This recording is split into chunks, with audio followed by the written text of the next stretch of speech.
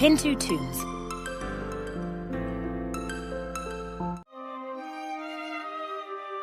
बहुत समय की बात है। एक छोटे से घर में गोपाल नाम का एक आदमी अपनी पत्नी के साथ रहता था। वह बहुत ही गरीब था।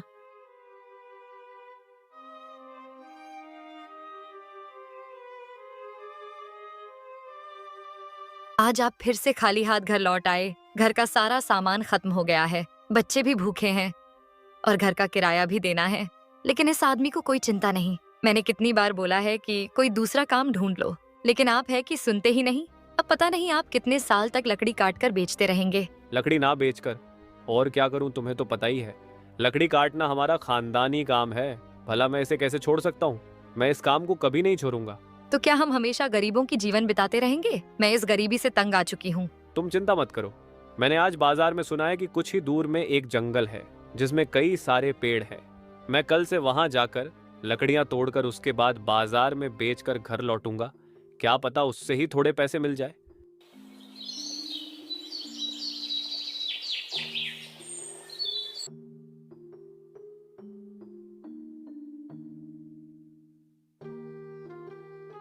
अरे भाग्यवान, घर में कुछ खाने को है तो दे दो, साथ लेकर जाता हूँ। क्या पता जंगल से लकड़ी काटने में कितना समय लगेगा।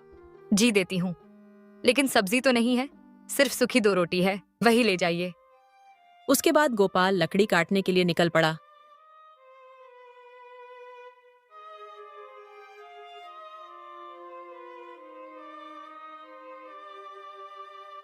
अरे यहाँ पर तो कितने बड़े बड़े पेड़ हैं, मुझे पहले ही आना चाहिए था।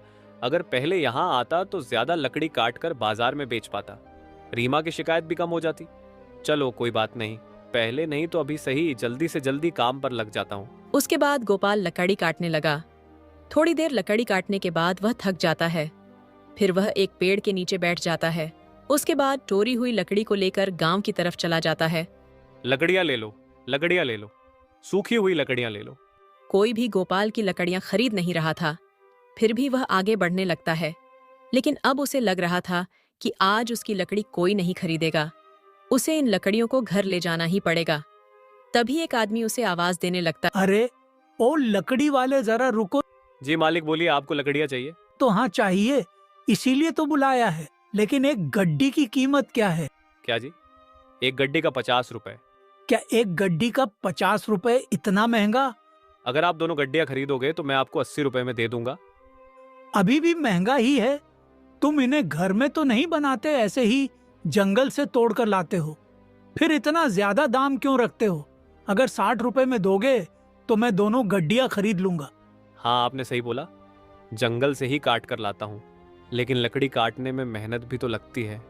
इतनी दूर जंगल में जाना पड़ता है, सूखा पेड़ ढूंढना पड़ता है, फिर लकड़ी के छोटे छोटे टुकड़े करके उसकी गड्डियां बनानी पड़ती है। अब इतनी मेहनत का कुछ तो फल मिलना चाहिए ना। चलो तुम ठीक ही कह रहे हो, ना तुम्हारा ना मेरा। तो तुम इन 2 गड्डियों को 70 रुपए में दे दो। देखो थोड़ी दूर पर मेरा एक ढाबा है, मुझे वहां पर रोज लकड़ियों की जरूरत पड़ती है। अगर तुम मुझे कम दाम में लकड़ियां बेचोगे तो मैं तुमसे ही लकड़ियां खरीदूंगा। और रही बात, मैं मेरे ढाबे में जितना भी खाना बचेगा वह भी मैं तुम्हें दे दूंगा। अब तो ठीक है ना? ठीक है मालिक, 70 रुपए में ले लीजिए और कल भी मैं आपके ढाबे में लकड़ियां पहुंचा दूंगा। उसके बाद गोपाल उसे लकड़ियां बेचकर और उसके ढाबे में से थोड़ा खाना घर ले आता है।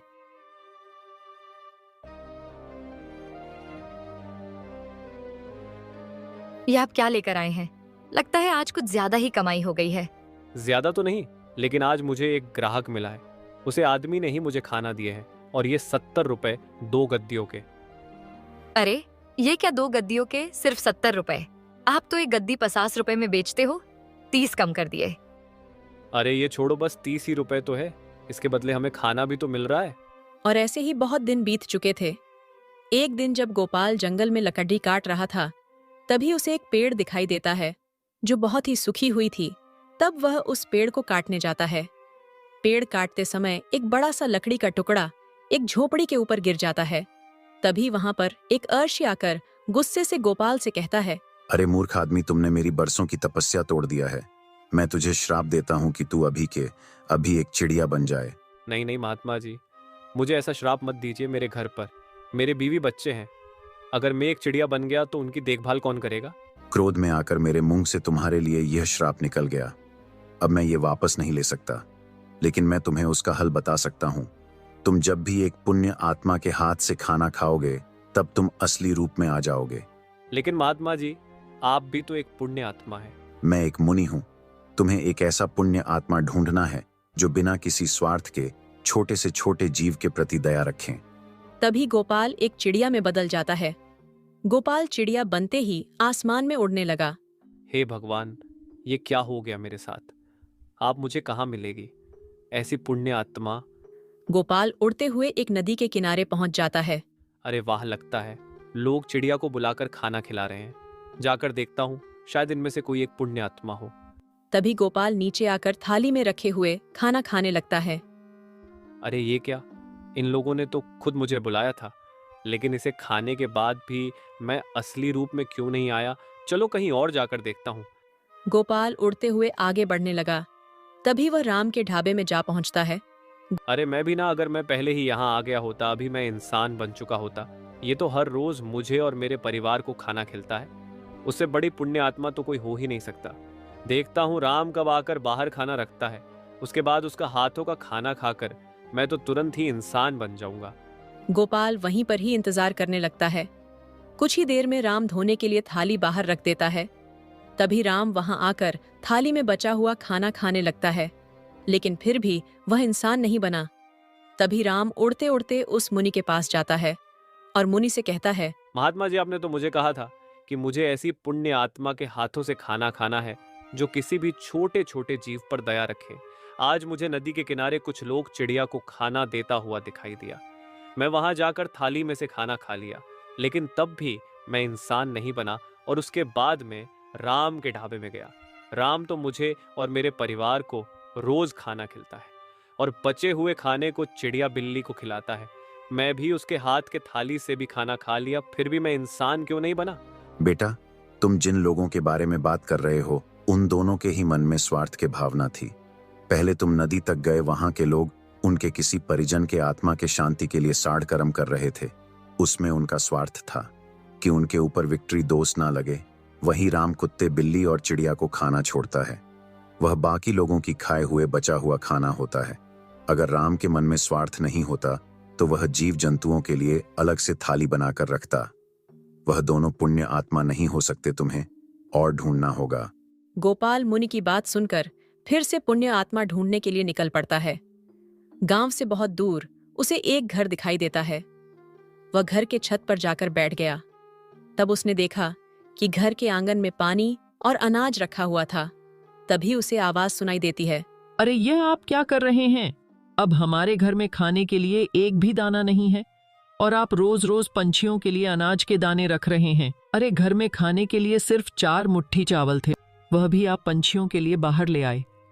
अब हम क्या खाएंगे? मुझे पता है कि घर में खाने के लिए कुछ नहीं है। अगर खुद का पेट भरा हुआ हो तो तब भूखे को खाना खिलाना क्या कोई पाप है? असली इंसानियत तो वह होता है जो खुद आधा पेट खाकर भूखे का पेट भरने में मदद करें। लेकिन हम ही क्यों, दुनिया में करोड़ों लोग हैं, वह भी इस पशु पंछियों को खाना खिला सकते हैं। हमने तो इनका ठेका नहीं ले रखा है।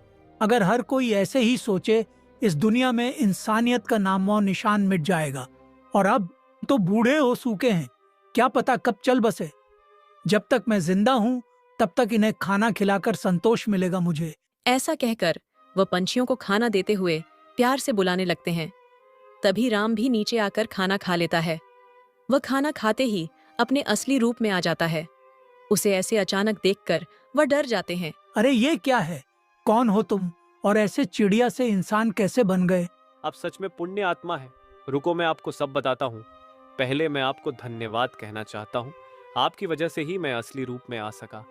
उसके बाद गोपाल उसके साथ हुए सारे घटनाओं के बारे में दादाजी को बता देता है। कोई बात नहीं बेटा, मैं तो अपना कर्म कर रहा हूँ। क्या नहीं दादाजी, आप नहीं जानते कि आपने मुझ पर क्या उपकार की है। आपके दिल में सच में बहुत दया है। उसके बाद गोपाल खुश होकर अपने घर आ जाता है। उस दिन के बाद गोपाल मेहनत करके खूब तरक्की करने लगा और धीरे धीरे करके उसके अच्छे दिन आ गए और इसी के साथ यह कहानी खत्म हो जाती है।